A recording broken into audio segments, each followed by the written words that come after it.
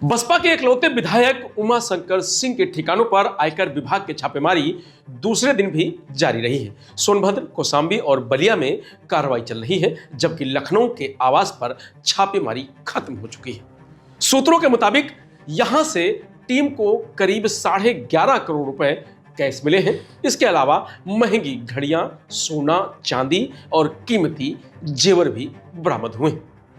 बता दें कि बुधवार को आयकर टीम ने एक साथ 15 से ज्यादा ठिकानों पर छापेमारी की थी। सूत्रों के मुताबिक आयकर विभाग 1000 करोड़ रुपए की टैक्स चोरी के मामले में फाइलें, इलेक्ट्रॉनिक डिवाइस और अन्य रिकॉर्ड खंगाल रही।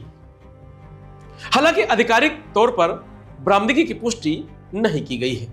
लखनऊ में बुधवार सुबह 7:30 बजे शुरू हुई कार्रवाई आज सुबह 9 बजे तक चली है। करीब 50 अधिकारियों ने तलाशी अभियान चलाया। इस दौरान किसी के भी अंदर बाहर आने जाने पर रोक लगा दी गई थी। विधायक और उनका परिवार घर के अंदर ही मौजूद था। वहीं सोनभद्र में छात्र शक्ति कंस्ट्रक्शन के ऑफिस में 24 अधिकारी मौजूद हैं। गेट अंदर से बंद कर लिया गया है। कंपनी के कर्मचारी भी भीतर हैं। रात में बाहर से खाना मंगाकर अधिकारियों ने भोजन किया। बता दें कि बुधवार को अफसर बाराती बनकर पहुंचे थे। उनकी गाड़ियों पर शादी के पंपलेट लगे हुए थे।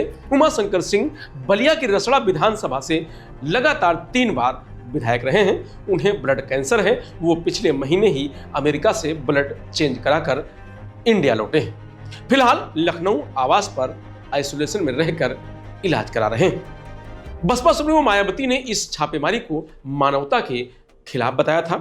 तो योगी सरकार में मंत्री दिनेश प्रताप सिंह उमाशंकर सिंह के समधी हैं। उन्होंने कहा कि एक बेटी का बाप होने के नाते उसके सुख दुख में खड़ा रहूंगा। बेटी नहीं छोड़ सकता, राजनीति छोड़ी जा सकती है। मंत्री दिनेश प्रताप ने कहा कि बिटिया का फोन आया था, रो रो कर बता रही थी कि बड़ी बेरहमी के साथ अधिकारियों का परिवार के साथ बर्ताव किया जा रहा है। बसपा सुप्रीमो मायावती ने कहा कि जब से उमाशंकर सिंह बीएसपी में आए हैं, उन्होंने पूरी ईमानदारी और निष्ठा से अपनी जिम्मेदारी निभाई है। उनके क्षेत्र में अब तक अवैध रूप से संपत्ति अर्जित करने या किसी अन्य गलत काम की कोई शिकायत अभी तक नहीं मिली है। वह 2 साल से गंभीर बीमारी से जूझ रहे हैं। ऐसी स्थिति में अगर आयकर विभाग को उनके संबंध में कोई शिकायत मिली भी थी तो उनके स्वास्थ्य को ध्यान में रखते हुए ठीक होने के बाद पूछताछ की जा सकती थी। मायावती ने कहा कि हम इस विभाग के कार्य में दखल नहीं दे रहे हैं, लेकिन आज जिस तरह से इन पर गंभीर बीमारी के दौरान कार्रवाई की गई है वह अति दुर्भाग्यपूर्ण और मानवता के खिलाफ है। तो सपा प्रमुख अखिलेश यादव ने कहा कि उमाशंकर जी की यहां छापा इसलिए पड़ा क्योंकि कुछ लोग जापान गए हैं। अगर जापान ना जाते तो छापा ना पड़ता, पुलिस को पता चल जाता, पुलिस लीक कर देती।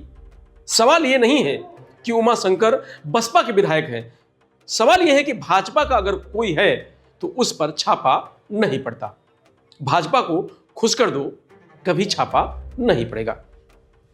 बता दें कि 2022 के शपथ पत्र के अनुसार उमाशंकर सिंह की कुल संपत्ति तकरीबन 54.5 करोड़ रुपए है। इसमें 18.5 करोड़ की चल और 35.99 करोड़ रुपए की अचल संपत्ति शामिल है। उन पर 13 करोड़ रुपए का कर्ज भी है। उमाशंकर सिंह राजनीति के साथ कारोबार की दुनिया में भी सक्रिय रहे हैं। उनकी छात्र शक्ति कंस्ट्रक्शन नाम की कंपनी है जो सड़क निर्माण का काम करती है। कंपनी ने विभिन्न स्थानों पर रोड कंस्ट्रक्शन के प्रोजेक्ट पूरे किए हैं। इसके अलावा उनकी कंपनी माइनिंग सेक्टर में भी काम करती रही। निर्माण और खनन के साथ वह शिक्षा और होटल कारोबार से भी जुड़े रहे हैं। फिलहाल अभी भी आयकर विभाग की कार्रवाई जारी है। इस खबर में इतना ही। आप देखते रहिए लोकमत हिंदी।